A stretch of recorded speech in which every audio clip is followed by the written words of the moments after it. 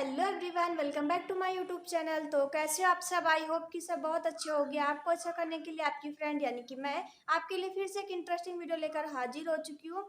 आज का वीडियो काफ़ी स्पेशल है हर बार की तरह, क्योंकि आज के वीडियो में डिस्कस करने वाले हैं क्लास 12th की जो सेकेंड लेसन है बायोलॉजी का, यानी कि पुष्पे पात्रों में लैंगिक जनन, वो डिस्कस करने वाले हैं। उसका मैंने एक लेक्चर आपको प्रोवाइड कर दिया है और आज हम सेकंड लेक्चर पढ़ने वाले हैं। फर्स्ट लेक्चर का जो लास्ट टॉपिक था वो था बीजाणु जनन कोश का, और जो सेकंड लेक्चर है वहाँ हम क्या क्या पढ़ने वाले हैं वो डिस्कस कर लेते हैं। तो सबसे पहले तो हम पढ़ने वाले हैं जो लघु बीजाणु जनन कोशिका है उसके बारे में पढ़ेंगे। उसके बाद पराग कोश का स्फुटन पढ़ेंगे और उसके बाद हम पढ़ने वाले हैं परागकण की संरचना।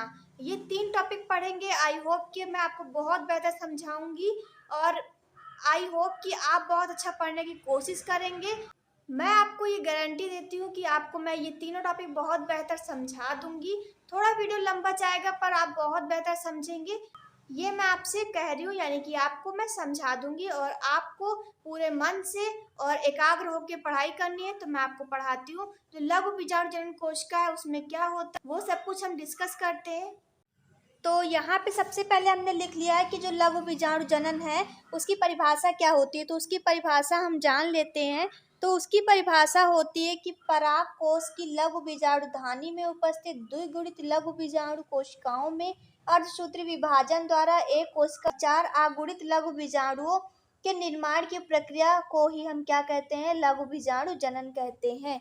तो लघु बीजाणु जनन का मतलब आप समझ रहे होंगे कि, तो यहाँ पे देखिए, सबसे पहले मैंने आपको बताया था कि जो बीजाणु जनन कोशिकाएं होती है उसमें क्या होता है कि जो लघु बीजाणु मात्र कोशिका, यानी कि परिभाषा में हमने क्या पढ़ा था कि जो परागकोश होता है, परागकोश के अंदर क्या होता है कि लघु बीजाणु धानी में उपस्थित द्विगुणित मतलब 2n क्या होता है? द्विगुणित लघु बीजाणु मात्र कोशिका। तो लघु बीजाणु मात्र कोशिका को हम क्या कहते हैं? पराग मात्र कोशिका भी कहते हैं। आपको मैंने पहले ही बता रखा है। और परिभाषा में हमने क्या पढ़ा था कि अर्धसूत्री विभाजन होता है। तो यहाँ पे अर्धसूत्री विभाजन होगा और क्या होगा कि एक कोशिका से 4 लघु बीजाणुओं के निर्माण जो प्रक्रिया होती है उसको हम क्या कहते हैं? लघु बीजाणु जनन कहते हैं। तो इस डायग्राम्स की मदद से आप समझा सकते हो कि जो परागकोश होता है, परागकोश के अंदर क्या होता है कि लघु बीजाणु धानी उपस्थित होती है। लघु बीजाणु धानी में क्या होता है? जो द्विगुणित जो लघु बीजाणु मात्र कोशिका होती है उनमें क्या होता है कि अर्धसूत्री विभाजन होता है। अर्धसूत्री विभाजन के फलस्वरूप क्या होता है?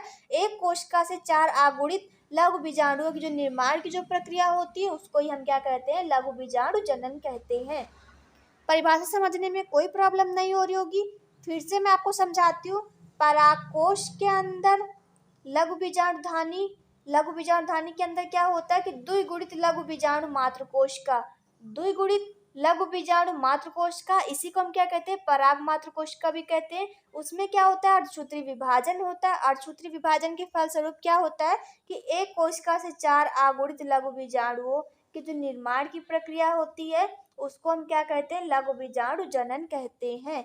कोई प्रॉब्लम? सिंपल सा रूल है कि आपको ध्यान रखना है कि परागकोश के अंदर लघु बीजाणु धानी उपस्थित होती है, उसके अंदर लघु बीजाणु मात्र कोशिका होती है। उसमें क्या होता है? अर्धसूत्री विभाजन होता है। अर्धसूत्री विभाजन का मतलब क्या होता है? मान लो मैं आपसे कहूँ कि यहाँ पे 46 है और अगर हम समसूत्री विभाजन कराएंगे तो 46 भागों में ही बटेगी। आप कहोगे 46 में क्यों बटेगी?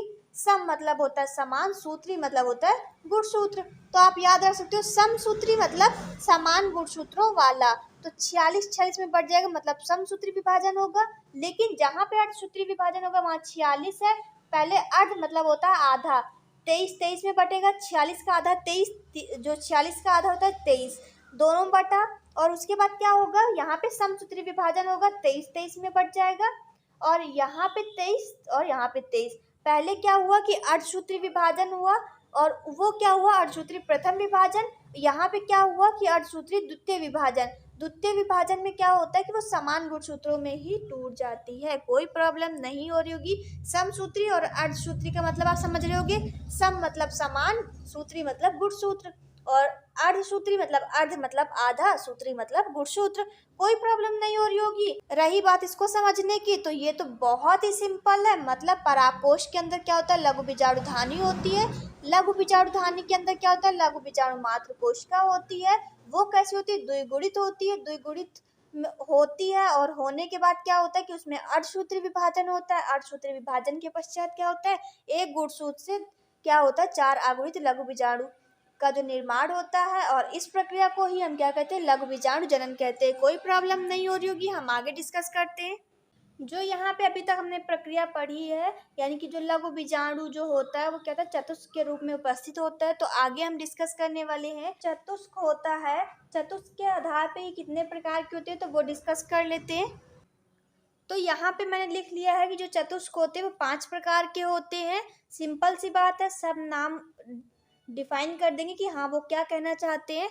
तो यहाँ पे क्या बता रहे हैं कि जो चतुष्क फलकीय है उसमें क्या बताया गया है कि इसमें एक और से देखने पर क्या होता है, केवल 3 लघु बीजाणु दिखाई देते हैं। 3 लघु बीजाणु दिखाई देते हैं, तो चौथा कहाँ जाएगा, जो चौथा है इन तीनों के पीछे की तरफ स्थित होता है। तो यहाँ पे अगर हम बात करें कि कैसे हम कह रहे हैं, तो यहाँ पे मैं आपको दिखाती हूँ कि मान लो हमने यहाँ पे लिया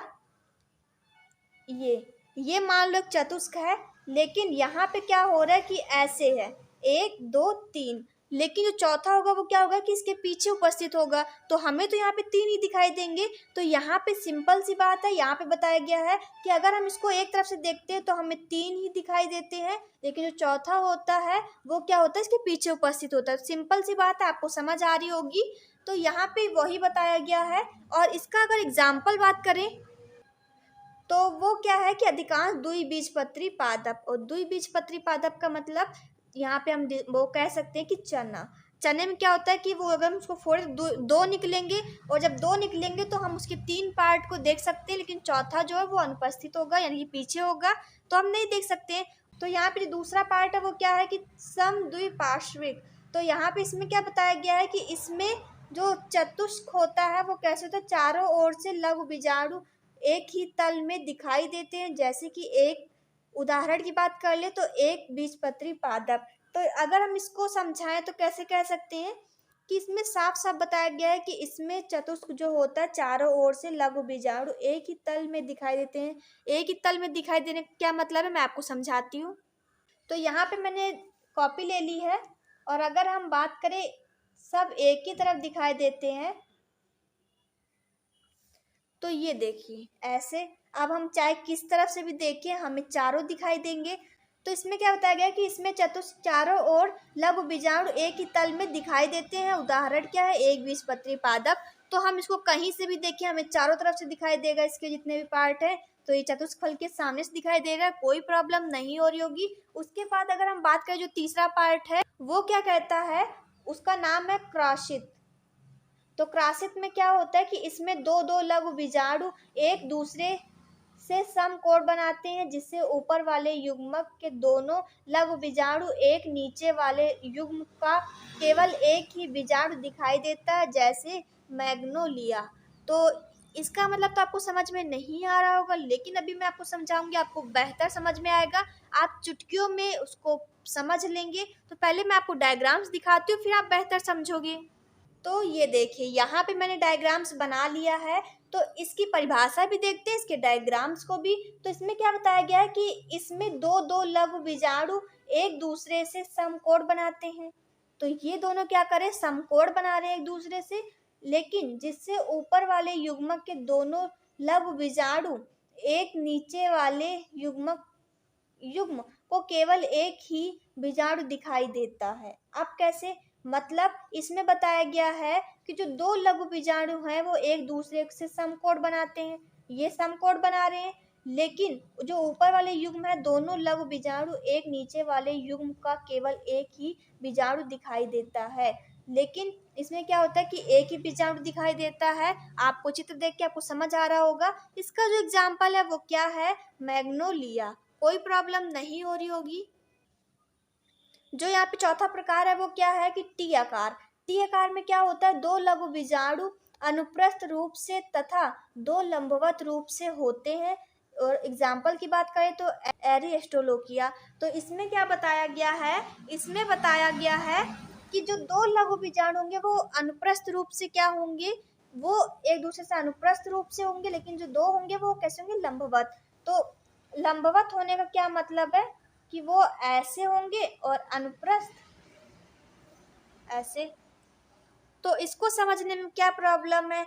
ये परिभाषा से ही पता चल रहा है। इसमें बताया गया कि जो दो हैं वो कैसे अनुप्रस्थ रूप से हैं, लेकिन जो दो क्या है लंबवत। लंबवत और अनुप्रस्थ रूप से ये डायग्राम पूरा आपको समझा रहा है। इसमें समझने में कोई प्रॉब्लम नहीं है। जो आज का जो लास्ट टॉपिक है, यानी कि लास्ट टॉपिक का मतलब इस टॉपिक का जो लास्ट टॉपिक है वो क्या है, पांचवा प्रकार, तो वो भी जान लेते हैं।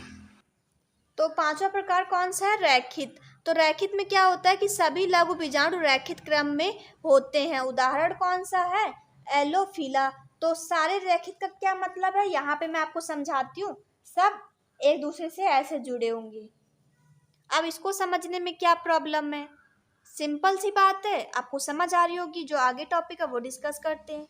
तो आगे हम डिस्कस करते हैं, जब ये चतुष्क के रूप में आपस में कैलोजन भित्ति द्वारा जुड़े होते हैं तो इसे हम क्या कहते हैं? लघु बीजाणु कहते हैं। अब कैलोजन भित्ति क्या होती है कि जो चारों चतुष्क होते हैं जिस रूप से आपस में जुड़े होते हैं। मान लो कि यहाँ पे ये मेरे हाथ दो नहीं है बल्कि मान लो चार पार्ट है और चारों कहीं ना कहीं जुड़े होंगे, और जब आपस में जुड़ेंगे तो बीच में जोड़ने का काम कर रहा है, उसे हम क्या कहते हैं? कैलोजन भित्ति कहते हैं। तो जब कैलोजन भित्ति द्वारा जब ये चारों चतुष्क आपस में जुड़े होते हैं तो उसे हम क्या कहते हैं? उसे हम कहते हैं लघु बीजाणु। और जब ये लघु बीजाणु यानी कि जो ये चतुष्क के रूप में आपस में जुड़े होते हैं कैलोजन भित्ति द्वारा, जब ये कैलोजन भित्ति कैलेज एंजाइम द्वारा क्या होगा, जब ये आपस में टूट जाएंगे, अलग अलग हो जाएंगे, और अलग होने के बाद क्या करेंगे कि ये गोलाकार हो जाएंगे। मतलब अभी जब जुड़े थे तो चपटे थे या कहो किसी भी आकार में थे, लेकिन जब वो अलग हो जाएंगे तो वो गोलाकार हो जाएंगे, और गोलाकार होने के बाद क्या होगा कि इसे हम परागकण कहते हैं। जब गोलाकार होने का मतलब है कि इसे हम परागकण कहते हैं। फिर से मैं आपके साथ डिस्कस करती हूँ, आप चाहो तो नोट कर सकते हो। जब क्या होता है, जब ये चतुष्क क्या होते हैं आपस में कैलोजन भित्ति द्वारा आपस में जुड़े रहते हैं तो उसे हम क्या कहते हैं? लघु बीजाणु कहते हैं। और जब ये लघु बीजाणु क्या होता है कि जब ये आपस में कैलोजन भित्ति द्वारा जुड़े होते हैं तो क्या होता है कि कैलोजन भित्ति आपस में जोड़े रखती है, लेकिन जब क्या होगा कि कैलेज एंजाइम द्वारा क्या होगा, जब ये आपस में अलग अलग हो जाएंगे, जुड़े नहीं रहेंगे, और जब अलग अलग हो जाएंगे तो क्या होगा कि परागकण का निर्माण होगा। और जब परागकण का निर्माण हो जाएगा तो इसका मतलब यही है कि अगर हम कैलोज भित्ति द्वारा आपस में जोड़े रखेंगे तो वो चपटे रहेंगे या तो किसी और आकार में होंगे, लेकिन जब कैलेज एंजाइम द्वारा क्या होगा कि जब अलग अलग हो जाएंगे तो परागकण का निर्माण करते हैं। ये सिंपल सी बात आपको समझ आ रही होगी। हम आगे टॉपिक डिस्कस करते हैं।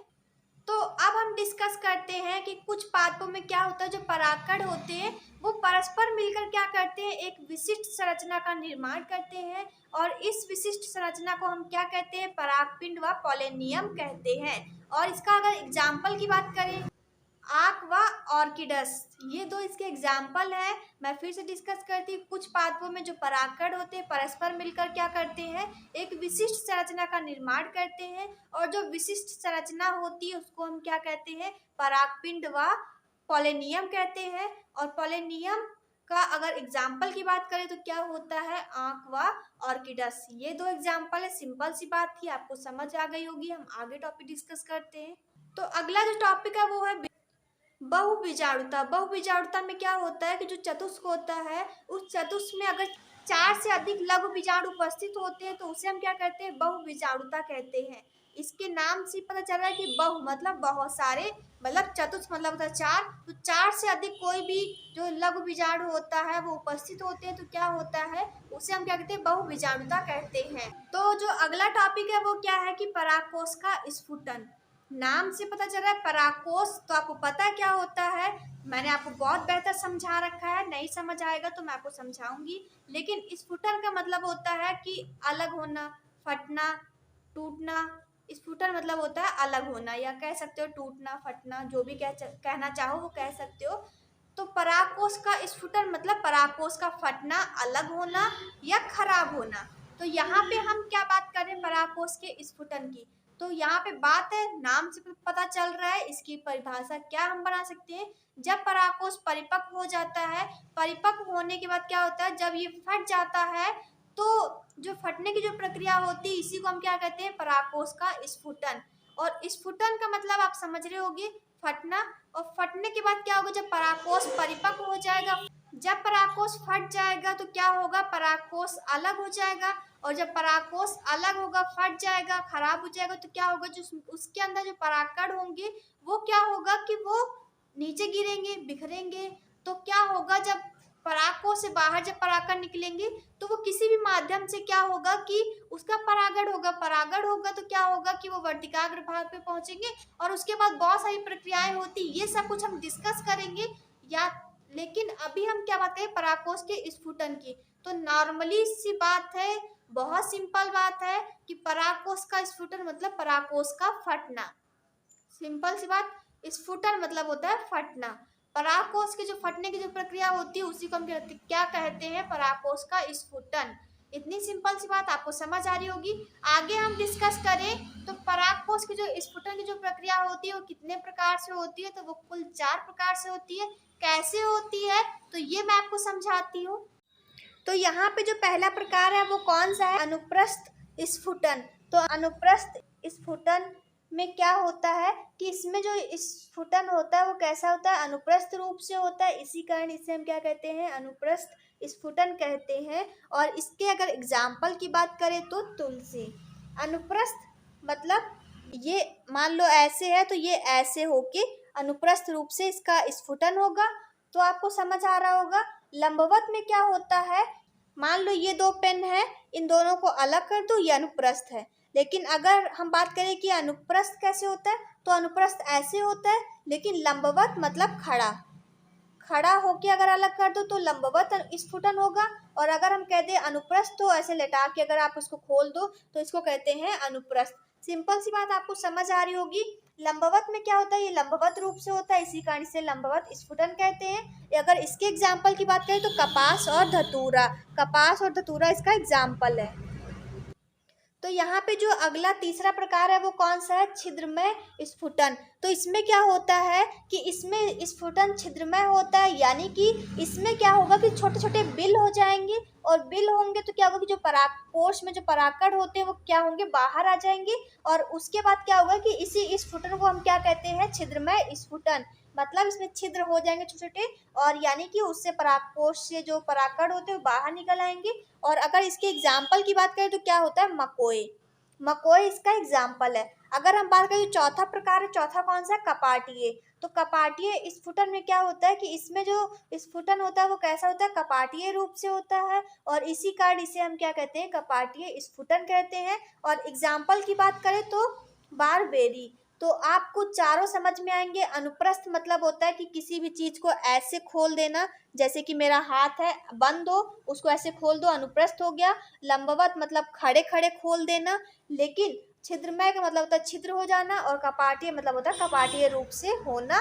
ये सिंपल सी 4 बातें आपको समझ आ रही होंगी।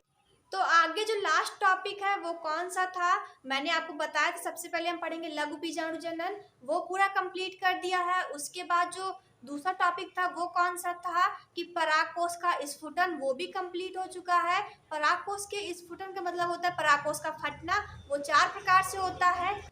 तो चारों प्रकार कौन से थे, पहला था अनुप्रस्थ, दूसरा था लंबवत, तीसरा था छिद्रमय, चौथा था कपाटीय।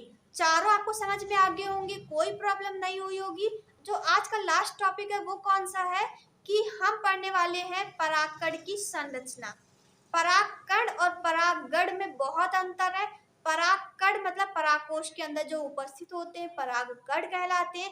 परागगण में क्या होता है कि जब परागकोश से जब परागकण मतलब निकलते हैं बाहर, जब परागकोश फटता है, परागकण बाहर निकलते हैं, तो क्या होता है कि वो किसी भी माध्यम से क्या होता है कि वो वर्तिकाग्र भाग पे जाके गिरते हैं। और जो वहां तक की पहुंचने की जो प्रक्रिया होती है उसको हम क्या कहते हैं, परागण कहते हैं। मतलब कि परागकोश से परागकणों का निकल कर वर्तिकाग्र भाग तक पहुंचने की जो प्रक्रिया होती है उसको हम क्या कहते हैं, परागण कहते हैं।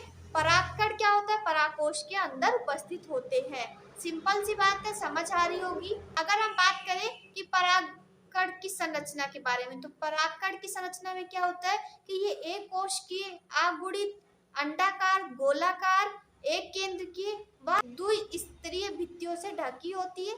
सिंपल सी बात क्या होता है कि ये एक कोशिकीय होती है, आगुड़ित होती है, गोलाकार होती है, अंडाकार होती है, एक केंद्रकीय होती है और दो स्तरीय भित्तियों से ढकी होती है। दो भित्तियों से मतलब कि पहले तो क्या होगा कि बाह्य चोल से ढकी होगी, उसके बाद क्या होगा अंतः चोल। तो दो चीजों के बारे में डिस्कस करने वाले हैं, बहुत ही डिटेल से वर्णन करेंगे। लेकिन उससे पहले हम डिस्कस करते हैं कि परागकण का जो अमाप होता है वो कितना होता है। तो वो 20 से 50 माइक्रोमीटर होता है। अगर हम बात करें परागकण, सबसे छोटे जो परागकण होते हैं वो कौन से होते हैं? छोटे जो आकार के परागकण होते हैं उन्हें हम क्या कहते हैं? मियोसोटिस एल्पेस्ट्रिस कहते हैं। और उसके अगर हम अमाप की बात करें तो 10 माइक्रोमीटर होती है। और अगर हम बात करें सबसे बड़े आकार के जो परागकण होते हैं वो कौन से होते हैं, तो वो होता है मिरेबिलिस जलापा।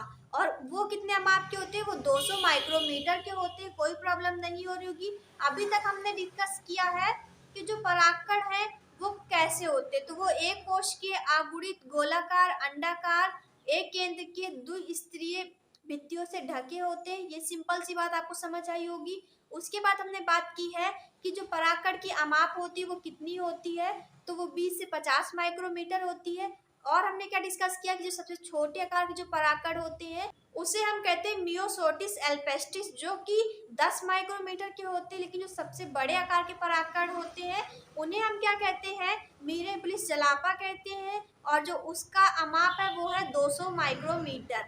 ये सिंपल सी बातें आपको समझ आ रही होगी। अब हम डायग्राम्स की मदद से मैं आपको समझाती हूँ बाह्य चोल क्या होता है, अंतः चोल क्या होता है, जनन छिद्र क्या होते हैं और रिक्तिका क्या होती है, जो केंद्रक होता है वो कैसे होता है, सब कुछ वर्णन करेंगे डायग्राम्स की मदद से। और फिर मैं उसके जो डिफिनेशन है वो भी मैं आपको दिखा दूंगी। और जो ये पूरा लेक्चर है वो पूरा समाप्त हो जाएगा। आज हमने पूरा टारगेट बनाया था कि हम 3 टॉपिक पढ़ेंगे। पहला था कि लघु बीजाणु जनन, दूसरा था कि परागकोश का स्फुटन, तीसरा था परागकण की संरचना। तो परागकण की संरचना के आगे मैं आपको पढ़ाती हूँ। तो ये है परागकण की संरचना। ये बहुत ही सिंपली से बन जाती है। अभी मैं आपको बना के दिखाऊंगी, आपको सिखाऊंगी। लेकिन उससे पहले हम डिस्कस कर लेते हैं कि इसके नाम कौन कौन से हैं। तो सबसे पहले जो बाहर का स्तर होता है ये, इसको हम क्या कहते हैं? बाह्य चोल। कोई प्रॉब्लम नहीं हो रही कि बाहर की ओर स्थित है, बाह्य चोल कहलाता है। जो अंदर है उसको हम क्या कहते हैं? अंतः चोल। कोई प्रॉब्लम नहीं हो रही होगी। उसके बाद अगर हम इसकी बात करें तो इसको हम क्या कहते हैं कि नली केंद्रक, या तो हम कह सकते हैं वर्धी केंद्रक। तो हम यहाँ पे लिख लेते हैं नली केंद्रक, यहाँ पे केंद्रक आप पूरा लिख लीजिएगा, और वर्धी केंद्रक, नली केंद्रक व वर्धी केंद्रक। उसके बाद अगर हम बात करें जो ये है, इसको क्या कहते हैं? जनन कोशिका। कोई प्रॉब्लम नहीं हो रही होगी, सिंपल सी बात है मैं कर रही हूँ। बाहर की ओर स्थित है बाह्य चोल, अंदर की ओर स्थित तो अंतः चोल। और ये जो केंद्रक है, केंद्रक को हम क्या कहते हैं? नली केंद्रक भी कह सकते हैं और वर्धी केंद्रक भी। और जो ये है इसको हम क्या कहते हैं? जनन कोशिका कहते हैं। और जो यहाँ पे ये 3 है, 1, 2 और ये 3, इनको हम क्या कहते हैं? इसको हम कहते हैं जनन छिद्र। मतलब यहीं से क्या होता है? पराग नलिका का निर्माण होता है। और अगर हम बात करें कि यहाँ पे रिक्तिका कौन सी है, तो रिक्तिका यहाँ पे जो ये है इसको हम कहते हैं रिक्तिका। रिक्तिका, बाह्य चोल, अंतः चोल, नली केंद्रक, वर्धी केंद्रक, ये सब कुछ आपको समझ में आ रहा होगा। और जो पराग नलिका कोशिका है जो यहाँ पे ऐसे ऐसे उपस्थित होंगे उसको हम क्या कहते हैं? पराग नलिका कहते हैं। पराग नलिका। तो यहाँ पे मैं आपको डायग्राम्स बनाती हूँ। सबसे पहले बनाना सिखाती हूँ। सबसे पहले आपको क्या करना है कि एक ऐसे गोला ड्रा कर लेना है। गोले के बाद आपको क्या करना है कि ऐसे बाहर की ओर ऐसे गोल गोल बनाना है। लेकिन आपको ध्यान रखना है कि आपको 3 जगह ऐसे उठाना होगा। और 3 जगह आप ऐसे उठा दोगे तो आपको क्या पता होगा कि यहाँ जहाँ से उठा है यहाँ से आपको क्या करना है कि ऐसे आपको फिर से लेके आना, लेकिन बीच बीच में से उठा देना है।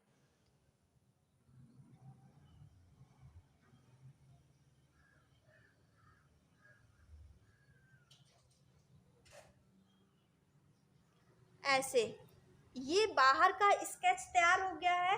उसके बाद अगर हम बात करें कि कैसे हम इसको बनाएंगे, तो सबसे पहले तो हम केंद्रक बना लेते हैं। केंद्रक में क्या होता है कि इसको हम नली केंद्रक व वर्धी केंद्रक कहते हैं। उसके बाद अगर हम बात करें कि जो जनन कोशिका होती है तो वो ऐसे हो जाएगी। और अगर हम बात करें कि यहाँ पे जो पराग नलिका कोशिका है वो कैसी होती है, तो यहाँ पे कुछ डैश डैश ऐसे पॉइंट रख दोगी तो यहीं से इसको हम कहते हैं पराग नलिका। और अगर हम बात करें रिक्तिका की तो यहाँ पे जो ये है इसको हम ऐसे रिक्तिका कह देंगे। बाह्यचोल मतलब जो बाहर की ओर स्थित है, अंताचोल जो अंदर की लाइन है उसको कहते हैं। और जो यहाँ पे जो तीन हमने उठाए थे इसको हम क्या कहते हैं, इसको हम कहते हैं जनन छिद्र। जनन छिद्र से क्या होता है, पराग नलिका का निर्माण होता है। ये सिंपल सा स्केच है जो कि आप मिनटों में तैयार कर सकते हो। बस आप एक दो बार प्रैक्टिस करोगे, नाम जान लोगे और उसके बाद आपसे कोई भी कहेगा कि परागकण की संरचना बना के दिखाओ, भाई तुम तो फटाफट बना के दिखा दोगे, क्योंकि मैंने तो आपको समझा दिया है। अब आपके ऊपर निर्भर है कि आप कितना प्रैक्टिस करते हो, वैसे आपको आ जाएगा। बस ये सिंपल सा ड्रॉ करना था, आपने कर लिया। तो यहाँ पे हम डिस्कस कर लेते हैं जो बाह्य चोल होता है वो कैसा होता है। तो बाह्य चोल बाहर की ओर उपस्थित तो होता है, तो बाहर की ओर होगा तो कैसा होगा, मोटा होगा और कैसा होगा, खुरदरा होगा। ये सिंपल सी बात समझ आ रही होगी। उसके बाद अगर हम डिस्कस करें कि यह एक विशेष प्रकार के स्पोरोपोलिनिन का बना होता है। स्पोरोपोलिनिन क्या होता है कि इसमें स्पोरोपोलिन उपस्थित होता है, तो ये इस पदार्थ का बना होता है। और जो अंतःचोल होता है वो क्या होता है कि पेक्टोसेलुलोज का बना होता है। आपको ये पता होगा, नहीं पता तो कोई बात नहीं, मैं हूं ना, मैं आपको समझाऊंगी। तो बाह्यचोल कैसा होता है, मोटा होता है, खुरदरा होता है और कैसा होता है कि स्पोरोपोलिनिन का बना होता है। और क्या होता है कि ये कैरोटीनॉइड का ऑक्सीकारक बहुलक मतलब प्रतिरोधक वशीय अम्ल होता है। मतलब इसमें जो कैरोटीनॉइड ऑक्सीकारक जो बहुलक होता है वो कैसा होता है कि प्रतिरोधक वशीय अम्ल होता है। ये आपको समझ आ रहा होगा। उसके बाद क्या है, इस पदार्थ के कारण परागकण गहरे रंग के होते हैं। अगर ये पदार्थ उपस्थित होते हैं तभी क्या होगा कि जो परागकण होते हैं वो गहरे रंग के होते हैं। और क्या होगा कि बाह्यचोल का जो सरलता से भौतिक व जैविक अपघटन नहीं होता है। भौतिक और जैविक अपघटन का मतलब आप समझ रहे होगी। आगे हम बात करते हैं जो स्पोरोपोलिनिन है उसमें क्या होता है कि परागकण में उच्च प्रतिरोधक क्षमता पाई जाती है। स्पोरोपोलिनिन के कारण ही क्या होता है कि जो परागकण होते हैं उनमें स्पोरोपोलिनिन के कारण ही क्या होता है कि उच्च प्रतिरोधक क्षमता पाई जाती है। ये सिंपल सी बात आपको पता होगी, नहीं पता तो कोई बात नहीं, मैं आपको बता रही हूँ, आपको नोट कर लेना है और आपको इसको रिवाइज करते रहना है और आपको फटाफट आ जाएगा। जिसके कारण क्या होता है आगे हम डिस्कस कर लेते हैं, जिसके कारण परागकण लंबे समय तक सुरक्षित बने रहते हैं। तो इसको समझने के लिए आपको सिर्फ दो तीन बातें ध्यान रखनी। पहली तो जो बाह्यचोल होता है वो बाहर की ओर उपस्थित होता है, बाहर की ओर होगा, जो भी बाहर घर के खड़ा रहेगा वो रखवाली तो करेगा, सिंपल सी बात है। वैसे ही जो बाह्यचोल होगा वो बाहर की ओर है, बाहर की ओर होने की वजह से क्या होगा कि ये मोटा होगा, खुरदरा होगा और क्या होगा कि इसमें स्पोरोपोलिनिन होगा जो कि इसमें होता है, आपको पता है, मैंने आपको बताया है। और क्या होता है कि इसमें क्या होता है प्रतिरोधक वशीय अम्ल होता है। और क्या स्पोरोपोलिन के कारण क्या होता है कि इसमें उच्च प्रतिरोधक क्षमता पाई जाती है, लेकिन प्रतिरोधक वशीय अम्ल के कारण क्या होता है कि जो परागकण होते हैं वो गहरे रंग के होते हैं। और जो परागकण होते हैं उनमें क्या होता है कि भौतिक व जैविक अपघटन जल्दी नहीं होता है, मतलब सरलता से नहीं होता है। बस तीन चार बातें आपको ध्यान रखनी। अब हम डिस्कस कर लेते हैं अंतःचोल के बारे में। तो अंतःचोल कैसा होगा, हमने बताया था कि जो बाह्यचोल होता है मोटा और खुरदरा होता है। तो यहाँ पे जो अंतःचोल होगा वो अंदर की ओर उपस्थित होगा। तो जो घर के अंदर रहते हैं, ऐसी के अंदर रहते हैं भाई, वो तो नाजुक होते हैं, कोमल होते हैं। तो वैसे आप समझ लो, अंदाजा लगा सकते हो। मैंने तो अपने टाइम में ऐसे याद किया था कि बाहर रहने वाला कठोर होता है, क्योंकि वो बाहर खड़े होकर दिन रात ड्यूटी करता है। लेकिन जो घर के अंदर ऐसे में बैठे हैं उनको क्या तकलीफ, वो आराम से बढ़िया मौज कर रहे हैं। जो काम है वो अपने नौकरों से कह दिया, बस काम करा लिया। वैसे ही हमने अंदाजा लगाएंगे, स्टोरी बनाएंगे अपने मन से और पूरा चैप्टर को ऐसे कवर कर लेंगे। तो यहाँ पे हम डिस्कस करते हैं अंतःचोल। बाह्यचोल में क्या था कि वो मोटा खुरदरा होता है, अंतःचोल में ये पतला होता है और क्या होता है, कोमल होता है। और हम बात करते हैं कि जो इसमें परागकण होते हैं उनमें क्या होता है, जीवद्रव्य को ढके रखता है। तो परागकण के जीवद्रव्य को ढके रखता है, इतनी सिंपल सी बात आपको समझ आ रही होगी। उसके बाद अगर हम डिस्कस करें कि यह मुख्यतः पेक्टोसेलुलोज व पेप्टीन का बना होता है। ये बातें मैंने आपको पहले ही बताई थी बाह्यचोल के अंतर्गत, कि जो बाह्यचोल में जब मैंने आपको बताया था कि ये स्पोरोपोलिनिन का बना होता है, तो मैंने उसी वक्त आपको बताया था कि जो अंतःचोल होता है वो कैसा होता है, पेक्टोसेलुलोज का बना होता है। ये मैंने आपको पहले बताया था, लेकिन मैंने यहाँ पे लिख दिया ताकि आप इसको नोट कर सकें, और मैं आपको नोट भी प्रोवाइड कर दूंगी, आप उससे लिख सकते हो। उसके बाद हम डिस्कस करते हैं जो बाह्य चोल होता है, जो उसका आवरण होता है वो कैसे होता है, छिद्र, उसमें कुछ छिद्र पाए जाते हैं। छिद्र कैसे होते हैं, जो छिद्र होते हैं उनको हम क्या कहते हैं, जनन छिद्र कहते हैं। मैंने आपको जब चित्र बना के दिखाया था, उसका डायग्राम्स दिखाया था, तो मैंने आपको दिखाया था कि जो अंतः चोल होते हैं उसमें क्या होता है कि कुछ छिद्र पाए जाते हैं, जिससे क्या होता है, जिसे हम क्या कहते हैं, जनन छिद्र कहते हैं। ये सिंपल सी बात आपको समझ आ रही होगी। उसके बाद हम बात करते हैं, इसमें क्या होता है कि स्पोरोपोलिन अनुपस्थित होता है। क्यों? क्योंकि ये तो बाह्यचोल में उपस्थित होता है। इतनी सिंपल सी बात आप समझ रहे होगे। उसके बाद हम बात करते हैं कि यह द्विबीजपत्री पादपों में क्या होता है कि 3 जनन छिद्र पाए जाते हैं, लेकिन जो एक बीजपत्री पादप होता है उनमें क्या होता है कि एक ही जनन छिद्र पाया जाता है। ये सिंपल सी बात आप नोट कर ले, दिमाग में बैठा ले कि जो द्विबीजपत्री पादप होता है उनमें क्या होता है, 3 जनन छिद्र पाए जाते हैं। मैंने आपको बताया था जो परागकण है वो द्विबीजपत्री पादप होता है, तो उसमें 3 जनन छिद्र थे। ये मैंने डायग्राम्स में आपको बताया था कि 3 जगह उठाना है, ये मैंने आपको पहले बताया था। और जो एक बीजपत्री पादप होता है उसमें क्या होता है कि एक ही जनन छिद्र पाया जाता है। ये सिंपल सी बात आप समझ रहे होगे। उसके बाद जो आज का सबसे मतलब जानने योग्य टॉपिक है, जिसको कि आगे वर्ड आएंगे तो आपको समझने में आसानी होगी, तो मैं वो आपको समझाती हूँ। तो यहाँ पे हम बात करते हैं पॉलन किट की। तो पॉलन किट क्या होता है कि जब परागण की क्रिया क्या होती है, कीटों द्वारा होती है, तो जो परागण की जो सतह होती है वो कैसी होती है, तेलीय हो जाती है। तेलीय होने के कारण क्या होता है कि उसे हम क्या कहते हैं, पॉलन किट कहते हैं। इसी परत के कारण क्या होता है कि जो परागकण होते हैं वो चिपचिपे होते हैं। तेलीय सतह होगी तो चिपचिपे होंगे, नॉर्मली सी बात है। जो पॉलन किट है उसमें क्या बताया मैंने कि कोई भी ऐसा पुष्प है जिनमें क्या होता है कि परागण की जो क्रिया होती है वो कीटों द्वारा होती है, तो जो उनकी परागण की जो सतह होती है वो कैसी होती है, उस पर एक तेलीय परत पाई जाती है। और तेलीय परत के कारण क्या होता है कि जो परागकण होते हैं वो चिपचिपे होते हैं। चिपचिपे होने के कारण क्या होता है कि उनमें एक विशेष रंग और एक गंध होती है। और क्या होता है इसमें, जो इनका निर्माण होता है वो कैसा होता है, टेपिटम की कोशिकाओं द्वारा होता है। ये सिंपल सी बातें आपको समझ आ रही हो, आपके लिए रिपीट करती हूँ।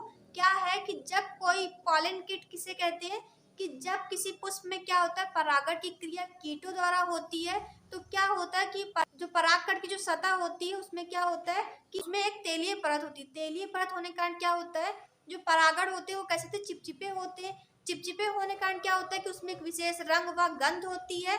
और क्या होता है कि इसमें जो इनकी जो कोशिकाएं होती है वो कैसी थी, टेपिटम की कोशिकाओं द्वारा बनी होती है। ये सिंपल सी बातें आपको समझ आ रही होंगी। जो आज हम डिस्कस कर लेते हैं कि इसके कार्य क्या क्या है। जो परागकण है, परागकण की जो संरचना पड़ी है उसके कार्य क्या क्या है ये डिस्कस कर लेते हैं। पहला कार्य क्या है कि कीटों को अपनी ओर आकर्षित करते हैं। दूसरी बात कि चिपचिपे होने के कारण क्या होता है कि जब कोई कीट आता है इन पे बैठता है तो क्या होता है कि जो परागकण होते हैं वो उनमें चिपक जाते हैं, और जब वो वहां से उड़ के किसी दूसरे पुष्प पे जाते हैं तो वहां पे परागण की क्रिया करते हैं। तो ये तो आपको समझ आ रहे होंगे कार्य। पहला क्या है कि कीटों को आकर्षित करते हैं, इसमें एक विशेष प्रकार के रंग होते हैं, गंध होती है, ये मैंने आपको बताया। तो क्या होता है कि कीटों को आकर्षित करेंगे, आकर्षित करेंगे तो क्या होगा, जब तेलीय होता है, तेलीय होने के कारण क्या होता है कि जब जो कीट होते हैं उस पर बैठते हैं तो उनके हाथ पैर शरीर में क्या होता है कि पराग कण जो होते हैं वो चिपक जाते हैं। जब वो किसी और पुष्प पे जाते हैं तो वहां परागण की क्रिया करते हैं, मतलब आकर्षित करना और परागकण को चिपकाने के लिए कार्य करना। मतलब दो कार्य हो गए हैं कि परागकण चिपकाने के लिए मतलब सहायता करते हैं। दूसरा क्या है कि परागण के लिए कीटों को आकर्षित करते हैं। दो कार्य आपको समझ आ रहे होंगे।